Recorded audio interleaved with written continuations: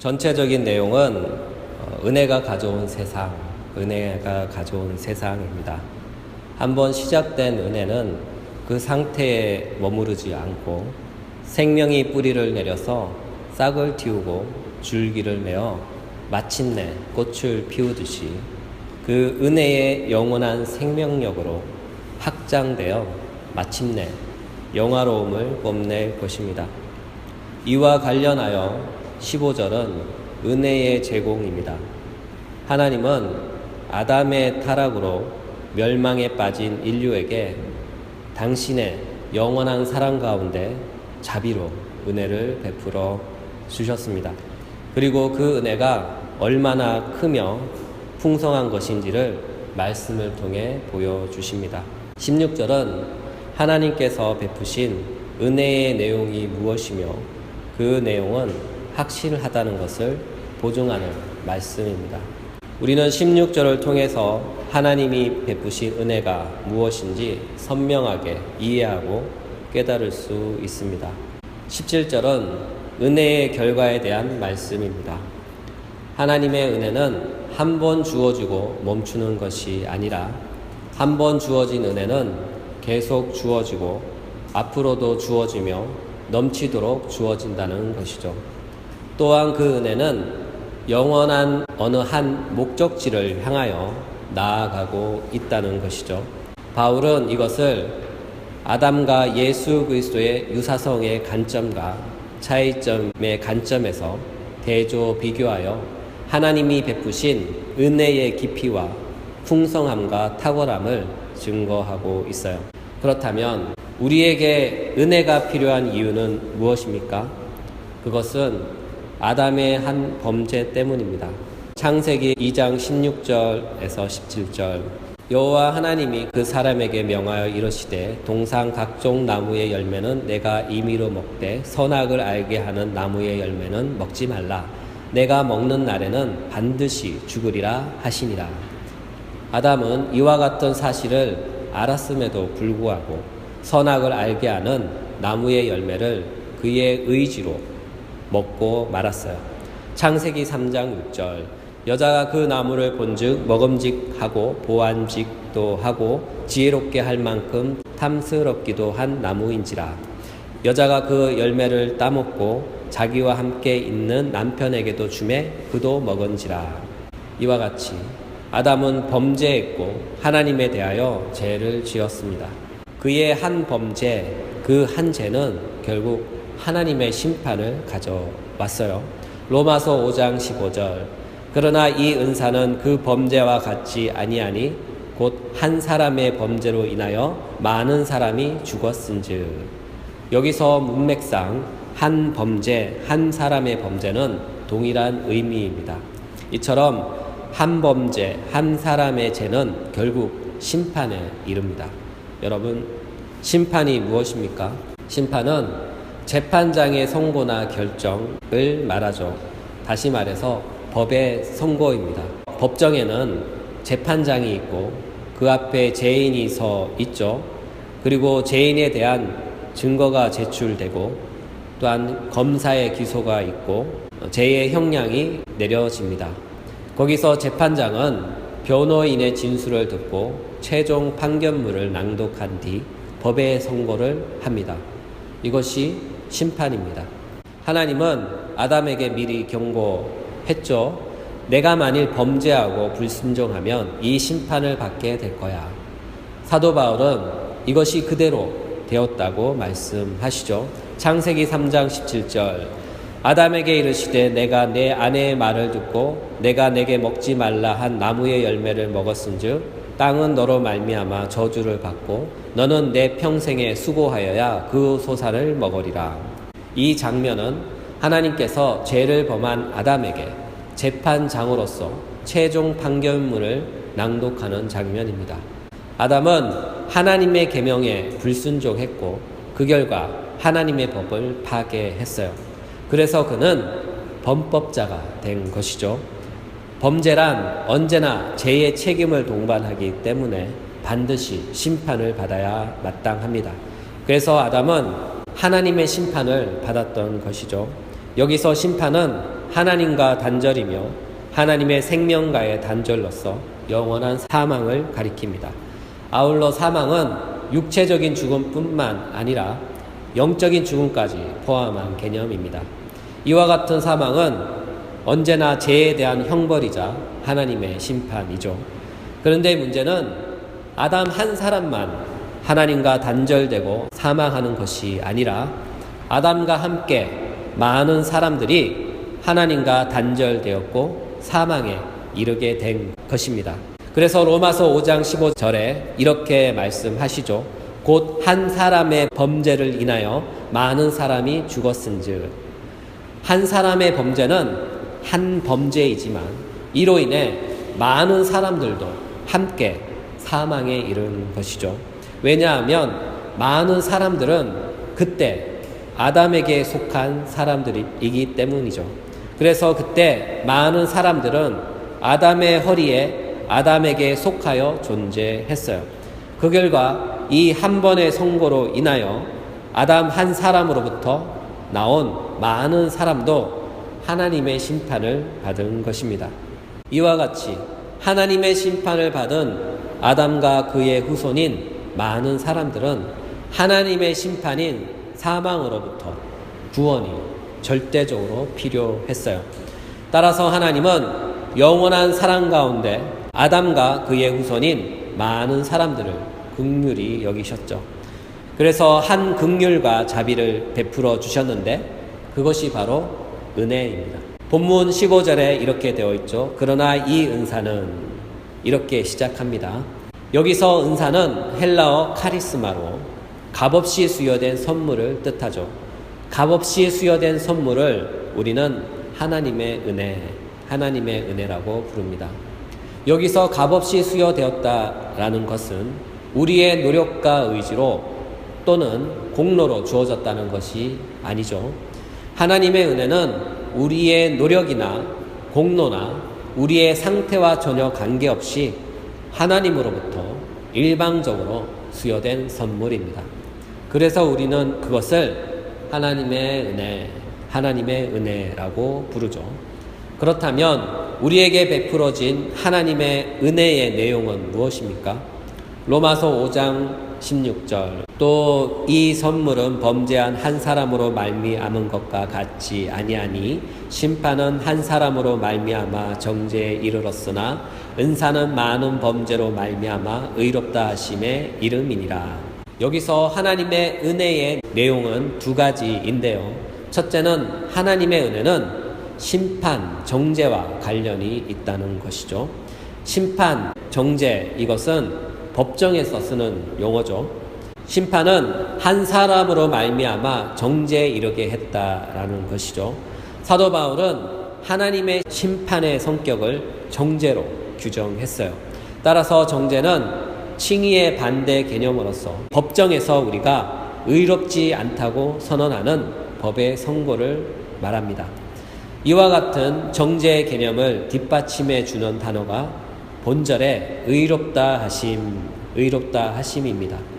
의롭다 하심도 법정에서 쓰이는 용어로 법적으로 깨끗하다 또는 법으로 볼 때 아무 문제 없다 그런 뜻입니다.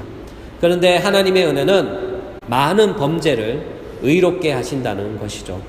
은사는 많은 범죄로 말미암아 의롭다 하심에 이르니라.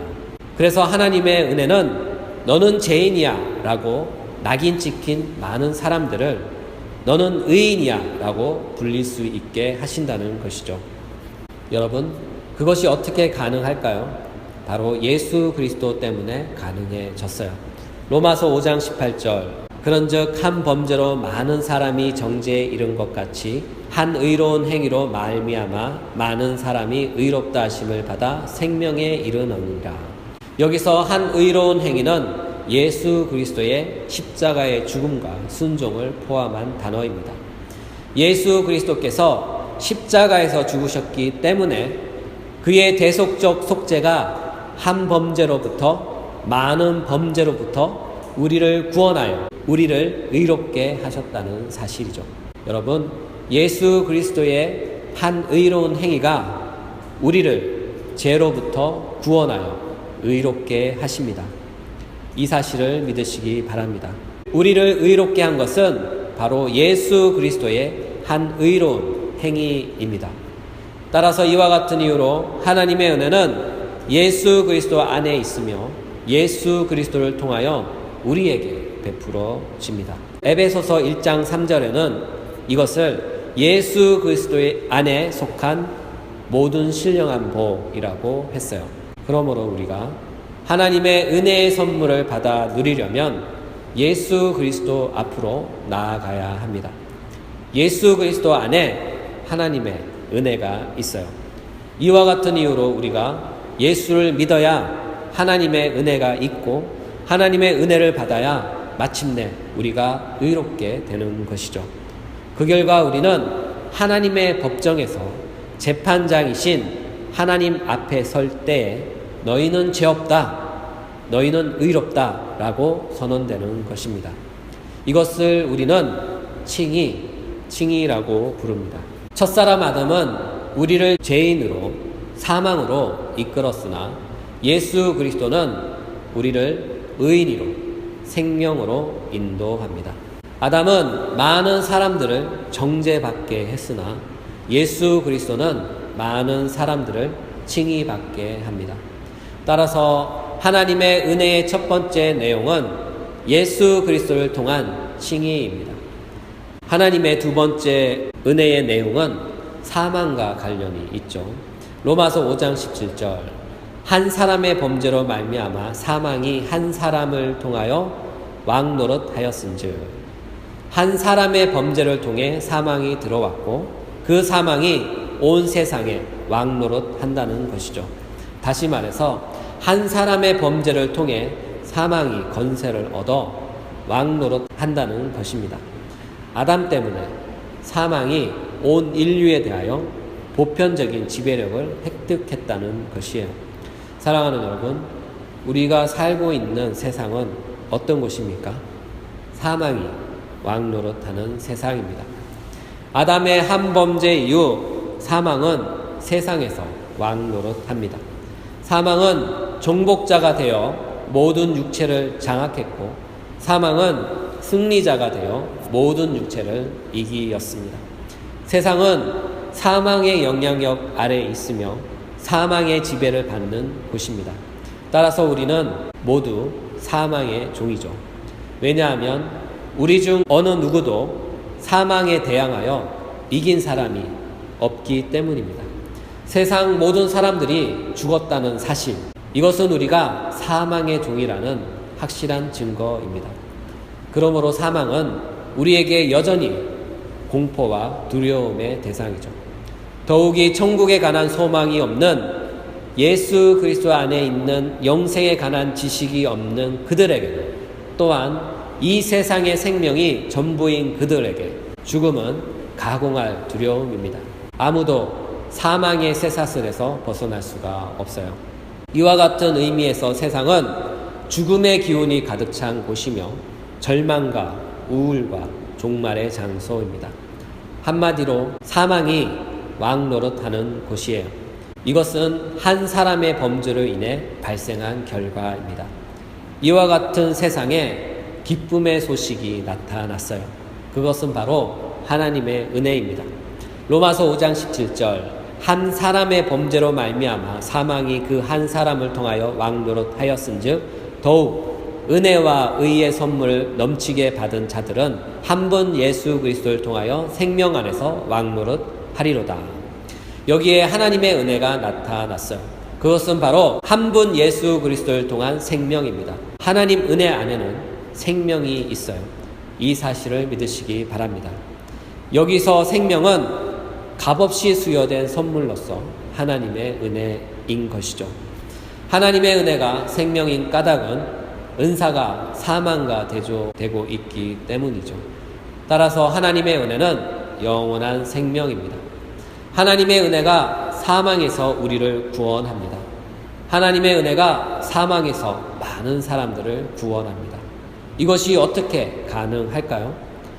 그 대답 역시 하나입니다. 예수 그리스도 때문이죠. 예수 그리스도께서 이 땅에 오신 목적이 무엇입니까? 요한일서 3장 8절 죄를 짓는 자는 마귀에게 속하나니 마귀는 처음부터 범죄함이라. 하나님의 아들이 나타나신 것은 마귀의 일을 멸하려 하심이라.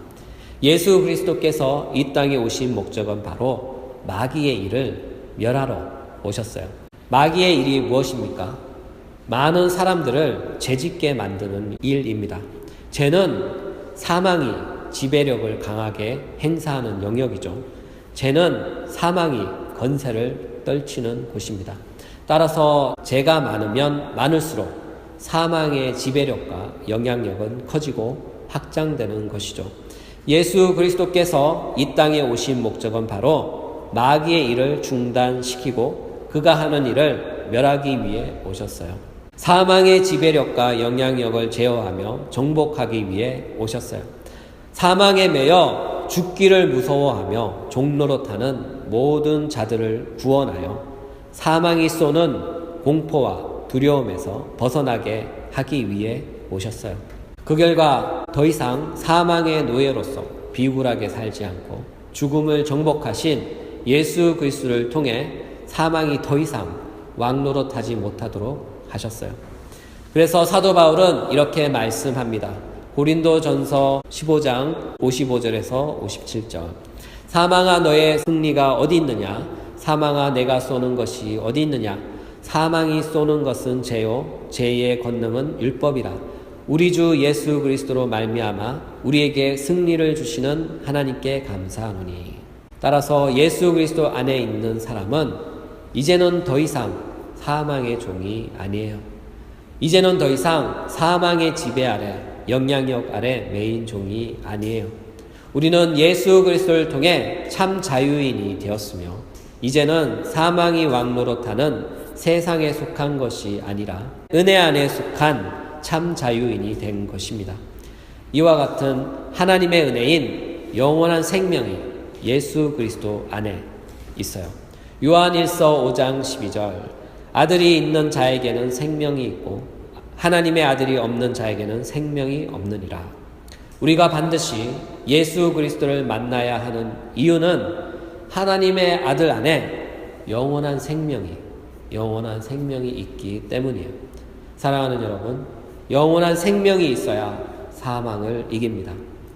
이와 같은 이유로 우리 모두는 예수 그리스도를 만나야 하며 그를 믿어야 하며 예수 그리스도 안에 있는 하나님의 은혜를 받아야 합니다. 여기에 계신 우리 모두는 예수를 통한 하나님의 은혜를 꼭 받으시길 예수님의 이름으로 축복합니다. 따라서 하나님의 은혜의 내용 두 번째는 바로 예수 그리스도 안에 있는 영원한 생명입니다. 요약하면 하나님의 은혜가 우리에게 구원을 가져다 줍니다. 다시 말해서 우리의 구원을 가능케 하는 은혜의 두 요소가 있는데 그것은 바로 정죄를 무효케 하는 칭의와 또한 사망의 권세를 무효케 하는 영생입니다. 칭의와 영생의 은혜는 예수 그리스도를 통하여 무상으로 제공하는 하나님의 선물이에요. 따라서 누구든지 예수 그리스도를 믿으면 하나님의 선물을 무상으로 받을 수 있어요.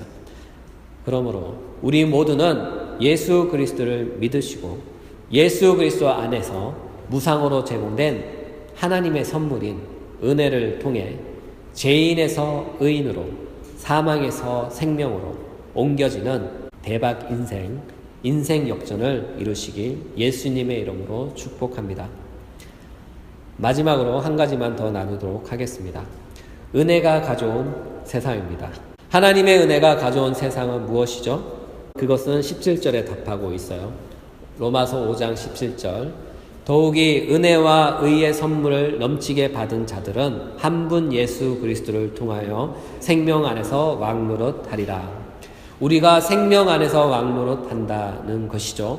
생명 안에서 왕노릇한다라는 것은 지금은 불완전하게 희미하게 실현되고 있지만 앞으로 완벽하게 이루어질 궁극적인 새 질서를 가리키는 것이에요. 왕노릇하다라는 말은 헬라어 바실루슈신입니다. 이것은 왕이 되다라는 헬라어를 기본형으로 하고 있어요. 따라서 본문이 전달하는 의미는 생명이 왕노릇한다는 것이 아니라 그것을 훨씬 초월하여 우리가 생명 안에서 왕이 되어 다스린다는 뜻이에요. 다시 말하자면 하나님의 은혜가 가져온 세상에서 우리가 이제는 왕이 되었다는 것이죠. 예수 그리스도가 오시기 이전에 모든 사람들은 사망의 지배 아래서 사망의 종으로 살았어요. 그러나 예수 그리스도가 이 땅에 오셔서 사망의 세력을 잡은 마귀의 일을 멸하셨으므로 이제는 상황이 완전히 바뀌게 된 것이죠. 다시 말해서 세상이 바뀐 거예요. 따라서 누구든지 예수 그리스도를 믿는 자들은 더 이상 사망의 지배를 받지 않고 오히려 생명 안에서 왕노릇하게 된 것이에요. 더욱이 헬라어 바실루스시는 왕이 되는 것이 예수 그리스도를 믿는 순간부터 보장이 되며 지금도 부분적으로 시행되고 있는 상태를 표현한 단어입니다. 이와 같은 이유로 하나님의 은혜는 우리의 신분을 변화시켜 이제는 종이 아닌 왕이 되게 하셨어요. 우리가 왕이 되어 왕노릇하는 것, 이 모든 것은 예수 그리스도의 은덕입니다. 그렇다면 우리가 왕이라면 도대체 예수 그리스도는 무엇이 되는 것일까요? 예수 그리스도는 왕 중의 왕이 되십니다. 왜냐하면 예수님은 처음부터 왕이셨기 때문이죠. 요한계시록 17장 14절 그들이 어린 양과 더불어 싸우려니와 어린 양은 만주의 주시오 만왕의 왕이심으로. 그렇죠? 따라서 예수 그리스도와 함께 왕노릇하는 자들은 그로 말미암아 은혜를 선물로 받은 자들입니다. 그들은 로마서 5장 17절에서 증거하듯이 은혜와 의의 선물을 넘치게 받은 자들이며 곧 그리스도인들을 가리킵니다. 그렇습니다. 우리는 모두 예수 그리스도를 믿고 하나님의 은혜의 선물을 받은 자들이죠. 예수 그리스도를 통하여 은혜를 받은 자, 의의 선물을 넘치게 받은 자, 그들은 왕이 되었으며 앞으로도 왕이 되어 영원토록 예수 그리스도와 함께 왕노릇할 것입니다. 그 결과 우리는 왕의 신분으로 세상을 판단하고 왕의 신분으로 천사들을 판단할 것입니다. 고린도전서 6장 2절에서 3절 성도가 세상을 판단할 것을 너희가 알지 못하느냐? 우리가 천사를 판단할 것을 너희가 알지 못하느냐? 사랑하는 여러분, 이것이 바로 하나님의 은혜가 가져온 세상이에요. 우리는 비록 부분적이긴 하지만 왕이 되어 왕노릇합니다. 우리는 장차 에덴 동산보다 더 좋은 천국에서 영원토록 왕노릇할 사람들이에요. 이보다 더 좋은 복음이 어디 있으며 이보다 더 좋은 말씀이 어디 있습니까? 그러므로 우리가 지금 예수 그리스도를 통하여 왕이 되었다는 사실을 깨닫고 우리의 신분을 변화시켜 주시고 상승시켜 주신 하나님께 진심으로 감사하시길 바랍니다. 아울러 예수 그리스도를 통하여 왕이 된 여러분께 고합니다. 지금부터는 거지처럼 살지 마시고 진실로 왕처럼 살아가시길 예수님의 이름으로 축복합니다.